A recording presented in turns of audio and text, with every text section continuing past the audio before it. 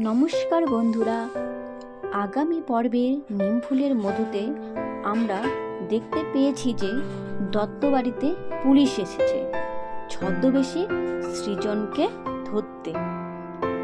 সৃজনকে বাঁচাতে হবে আজ, সেই জন্য সৃজনের বাবা বস্তার মধ্যে ঢুকিয়ে দড়ি দিয়ে বেঁধে সৃজনের বাবা আর অন্যান্য বস্তার মধ্যে মিশিয়ে দেয়। এই কাজে হেল্প করেছে সৃজনের জেঠুমনিও। এছাড়াও রয়েছে অন্যান্য লোকজনও যাদের আগে নিমফুলের মধুতে দেখা যায়নি।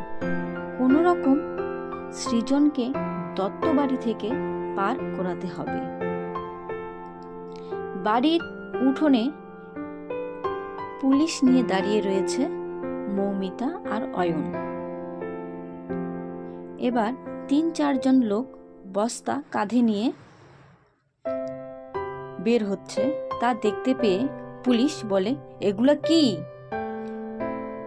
কি বলে লোকগুলোকে থামায়।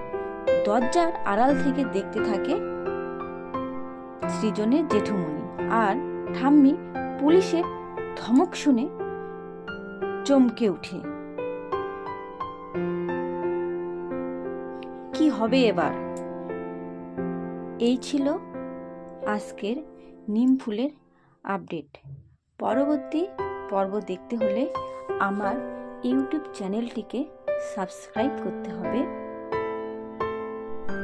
আশা করি আজকের পর্বটা আপনাদের ভালো লেগেছে। ভালো থাকবেন, সুস্থ থাকবেন আর আমার চ্যানেলটিকে সাবস্ক্রাইব করে দেবেন।